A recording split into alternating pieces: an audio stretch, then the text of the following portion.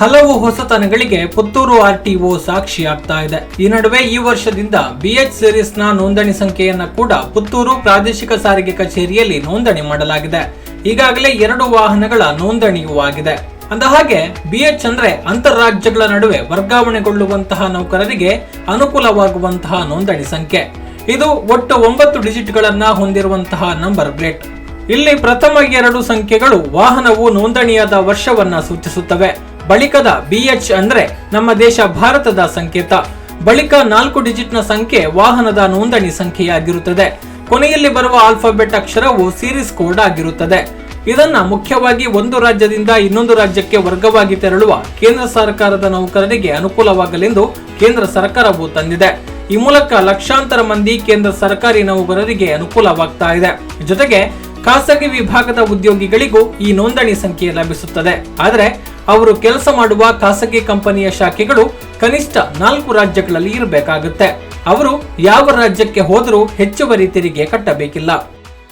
ಈಗ ನಾವು ಈ ವರ್ಷ ಅಂದರೆ ಈ ಸಲ ಮೊದಲ ಬಾರಿಗೆ BH ಸೀರೀಸ್ ಅಂದರೆ ನೋಡಿದ್ದು ಈ BH ಸೀರೀಸನ್ನು ಪ್ರಥಮ ಬಾರಿಗೆ ಪುತ್ತೂರು ಪ್ರಾದೇಶಿಕ ಸಾರಿಗೆ ಕಚೇರಿಯಲ್ಲಿ ನೋಂದಣಿಯನ್ನು ಮಾಡಿದ್ದೇವೆ ಮೊನ್ನೆ ತಾನೇ.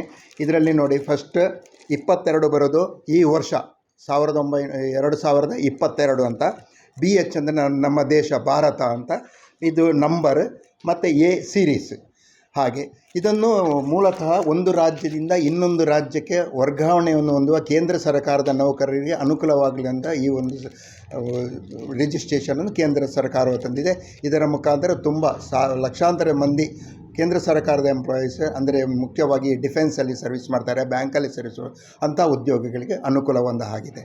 ಹಾಗೆ ಎಂಪ್ಲಾಯೀಸ್ ಪ್ರೈವೇಟ್ ಸೆಕ್ಟರಲ್ಲಿ ಎಲ್ಲಿ ಅವರದ್ದು ಆಫೀಸು ಮೋರ್ ದೆನ್ 4 ಸ್ಟೇಟಲ್ಲಿ ಇರ್ತದೆ ಅವರಿಗೆ ಸಹ ಇದು ಪ್ರಯೋಜನ ಪಡಿದೆ. ಹೌದು. ಈಗ ಏನು ಹೇಳಿ ನೀವು ಕೂಡ ಇದರಲ್ಲಿ ಕಾರ್ಪೊರೇಟ್ ಎಂಪ್ಲಾಯೀಸ್ ಅಂದರೆ ಪ್ರೈವೇಟ್ ಸೆಕ್ಟರ್ಸಲ್ಲಿ ಯಾರಲ್ಲಿ ಇರ್ತಾರೆ ಅವರದ್ದು ಬ್ರಾಂಚಸ್ ಮಾತ್ರ ಮೋರ್ ದೆನ್ 4 ಸ್ಟೇಟ್ಸಲ್ಲಿ ಇರಬೇಕು. ಅಂಥವರಿಗೂ ಈ ಪ್ರಯೋಜನವನ್ನು ಪಡಿಬೋದು. ಅವರು ಯಾವ ಸ್ಟೇಟಿಗೆ ಹೋದರೆ ಸಹ ಎಲ್ಲಿಯೂ ಟ್ಯಾಕ್ಸ್ ಕಟ್ಟಬೇಕು ಆಗಿಲ್ಲ. ಆಯಿತಾ, ಇದರದ್ದು ಮೇನ್ ಪ್ರಯೋಜನ ಅಂತ ಹೇಳಿದರೆ. ಮತ್ತು ಅದಲ್ಲದೆ ಇವರಿಗೆ ಎವ್ರಿ 2 ಇಯರ್ಸಿಗೊಮ್ಮೆ ಟ್ಯಾಕ್ಸ್ ಕಟ್ಟಬೇಕು ಇವರು. ಇದರದ್ದು ಮುಖ್ಯವಾಗಿ ಏನಂದರೆ ಉದ್ದೇಶ, ಈಗ ಒಬ್ಬ ಡೆಲ್ಲಿಯಲ್ಲಿ ಎಂಪ್ಲಾಯಿ ಇದ್ದ ರಾಜ್ಯ ಸರ್ಕಾರ ಕೇಂದ್ರ ಸರ್ಕಾರದ್ದು, ಅವನು ಕರ್ನಾಟಕಕ್ಕೆ ಬರುವಾಗ ಕರ್ನಾಟಕ ರಾಜ್ಯದ ತೆರಿಗೆ ಕಟ್ಟಬೇಕಿತ್ತು ಮತ್ತು ಕರ್ನಾಟಕದಲ್ಲಿ ನೋಂದಣಿ ಕೂಡ ಆಗಬೇಕಿತ್ತು. ಪದೇ ಪದೇ ಒಂದು ರಾಜ್ಯದಿಂದ ಇನ್ನೊಂದು ರಾಜ್ಯಕ್ಕೆ ಅಂದರೆ ಎಂಪ್ಲಾಯಿಗೆ ತೊಂದರೆ ಆಗ್ತದೆ. ಈ ತೊಂದರೆಯನ್ನು ನಿವಾರಣೆ ಮಾಡುವಾಗೆ ಇದು ದೇಶಾದ್ಯಂತ ಈ ಒಂದೇ ನಂಬರ್, ಇದು ಭಾರತ, ಈ ನಂಬರ್ ಬರೋದು ಇಡೀ ಇಂಡಿಯಾಕ್ಕೆ ಸಂಬಂಧಪಟ್ಟದ್ದು. ಇವನು ಯಾವ ರಾಜ್ಯಕ್ಕೂ ಎನಿ ಟೈಮ್ ಹೋಗ್ಬೋದು.